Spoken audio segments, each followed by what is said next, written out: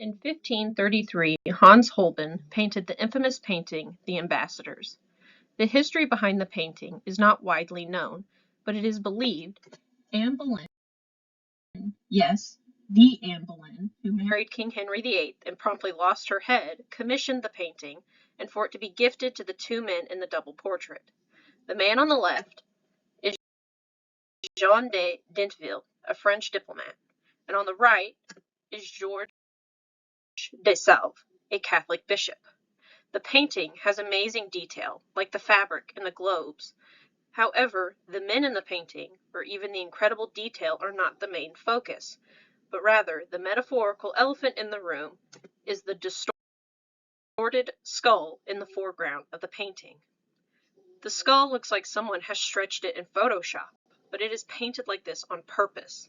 The Ambassadors is an example of anamorphosis, the illusion of creating a distorted image that can only be viewed at a certain angle or with a specific tool, or in some cases, both. It is theorized the painting was meant to be hung alongside stairs to startle the viewer with the sudden appearance of a skull, though some theorize you were meant to view the skull through a glass tube instead. This painting is an example of oblique anamorphosis or perspectival anamorphosis, because the image becoming clear is dependent on the viewer's viewing perspective. Another example of perspectival anamorphosis is the lettering on the road, and how it is painted longer and distorted, but looks normal when viewed inside a car driving down the road. Another type of anamorphosis is mere anamorphosis. In this form, artists will create a distorted image that must be viewed using a cylindrical mirror tube to make the image clear and undistorted.